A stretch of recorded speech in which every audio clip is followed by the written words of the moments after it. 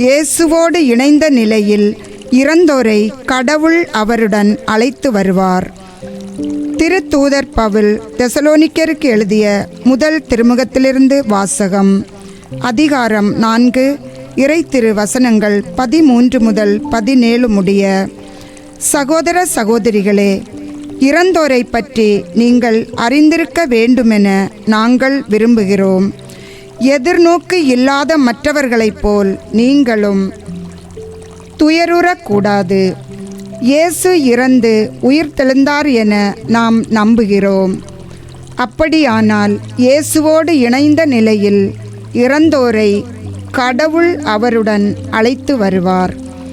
ஆண்டவருடைய வார்த்தையின் அடிப்படையில் நாங்கள் உங்களுக்கு கூறுவது இதுவே: ஆண்டவர் வரும் வரை உயிரோடு எஞ்சியிருக்கும் நாம் இறந்தோரை முந்திவிட மாட்டோம்.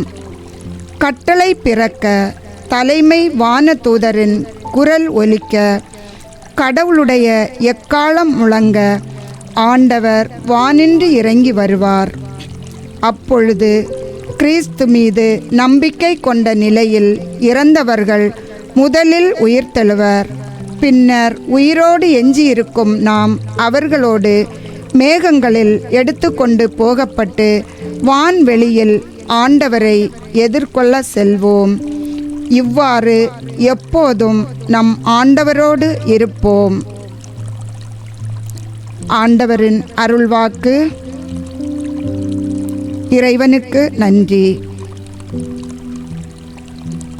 பதிலுரை பாடல். திருப்பாடல் 96. பல்லவி. மண்ணுலகிற்கு நீதி தீர்ப்பு வழங்க ஆண்டவர் வருகின்றார். ஆண்டவருக்கு புதியதொரு பாடல் பாடுங்கள். உலகெங்கும் வாழ்வோரே, ஆண்டவரை போற்றி பாடுங்கள். பிற இனத்தார்க்கு அவரது மாட்சியை எடுத்துரையுங்கள். அனைத்து மக்களினங்களுக்கும் அவர் தம் வியத்தகு செயல்களை அறிவியுங்கள். பல்லவி. மண்ணுலகிற்கு நீதி தீர்ப்பு வழங்க ஆண்டவர் வருகின்றார். ஏனெனில் ஆண்டவர் மாட்சி மிக்கவர், பெரிதும் போற்றத்தக்கவர். தெய்வங்கள் அனைத்திற்கும் மேலாக அஞ்சுதற்கு உரியவர் அவரே. மக்களினங்களின் தெய்வங்கள் அனைத்தும் வெறும் சிலைகளே. ஆண்டவரோ விண்ணுலகை படைத்தவர். பல்லவி. மண்ணுலகிற்கு நீதி தீர்ப்பு வழங்க ஆண்டவர் வருகின்றார். விண்ணுலகம் மகிழ்வதாக, மண்ணுலகம் களி கூர்வதாக. கடலும் அதில் நிறைந்துள்ளனவும் முழங்கட்டும். வயல்வெளியும் அதில் உள்ள அனைத்தும் களி கூறட்டும். அப்பொழுது காட்டில் உள்ள அனைத்து மரங்களும் அவர் திருமுன் களிப்புடன் பாடும். பல்லவி.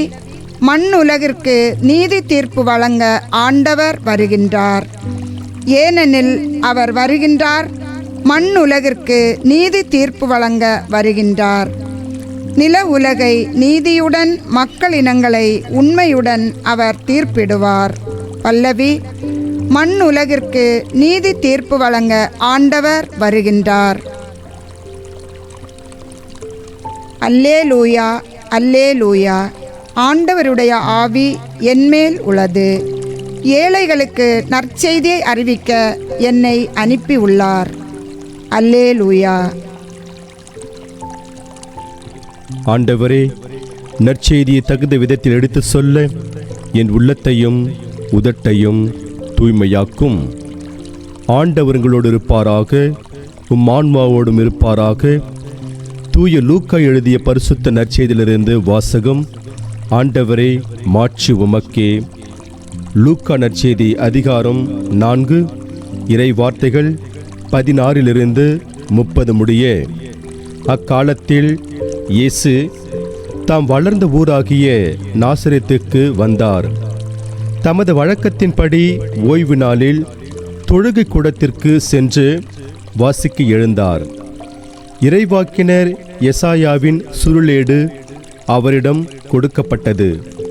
அவர் அதை பிரித்தபோது கண்ட பகுதியில் இவ்வாறு எழுதியிருந்தது: ஆண்டவருடைய ஆவி என்மேல் உள்ளது, ஏனெனில் அவர் எனக்கு அருட்பொழிவு செய்துள்ளார். ஏழைகளுக்கு நற்செய்தியை அறிவிக்கவும், சிறைப்பட்டோர் விடுதலை அடைவர், பார்வையற்றோர் பார்வை பெறுவர் என முழக்கமிடவும், ஒடுக்கப்பட்டோரை விடுதலை செய்து அனுப்பவும் ஆண்டவர் அருள் தரும் ஆண்டினை முழக்கமிட்டு அறிவிக்கவும் அவர் என்னை அனுப்பியுள்ளார்.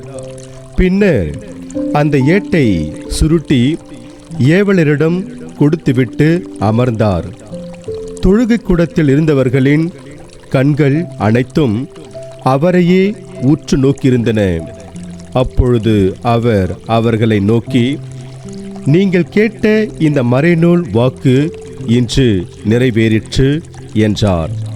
அவர் வாயிலிருந்து வந்த அருட்மொழிகளை கேட்டு வியப்புற்று, இவர் யோசேப்பின் மகன் அல்லவா என கூறி எல்லாரும் அவரை பாராட்டினர். அவர் அவர்களிடம், நீங்கள் என்னிடம் மருத்துவரே, உம்மையே நீர் குணமாக்கிக் கொள்ளும் என்னும் பழமொழியை சொல்லி, கப்பர்நாகுமில் நீர் செய்ததாக நாங்கள் கேள்விப்பட்டவற்றை எல்லாம் உம் சொந்த ஊராகிய இவ்விடத்திலும் செய்யும் என கண்டிப்பாய் கூறுவீர்கள்.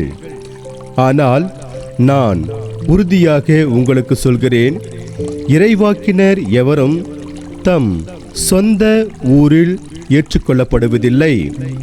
உண்மையாக நான் உங்களுக்கு சொல்கிறேன், எலியாவின் காலத்தில் 3½ ஆண்டுகளாக வானம் பொய்தது, நாடெங்கும் பெரும் பஞ்சம் உண்டானது. அக்காலத்தில் இஸ்ரவேலிடையே கைம்பெண்கள் பலர் இருந்தனர். ஆயினும் அவர்களுள் எவரிடமும் எலியா அனுப்பப்படவில்லை. சீதோனை சேர்ந்த சாரிபாத்தில் வாழ்ந்த ஒரு கைம்பெண்ணிடமே அனுப்பப்பட்டார். மேலும் இறைவாக்கினர் எலிசாவின் காலத்தில் இஸ்ரவேலிடையே தொழுநோயாளர்கள் பலர் இருந்தனர்.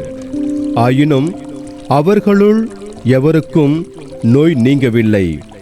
சிரியாவை சார்ந்த நாமானுக்கே நோய் நீங்கியது என்றார்.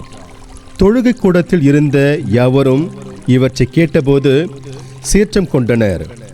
அவர்கள் எழுந்து அவரை ஊருக்கு வெளியே துரத்தி அவ்வூரில் அமைந்திருந்த மலை உச்சியிலிருந்து கீழே தள்ளிவிட இழுத்து சென்றனர்.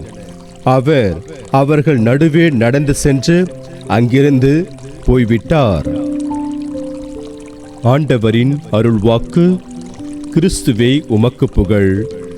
நற்செய்தி வாக்கினால் என்னுடைய பாவங்கள் அகல்வதாக. ஆமென்.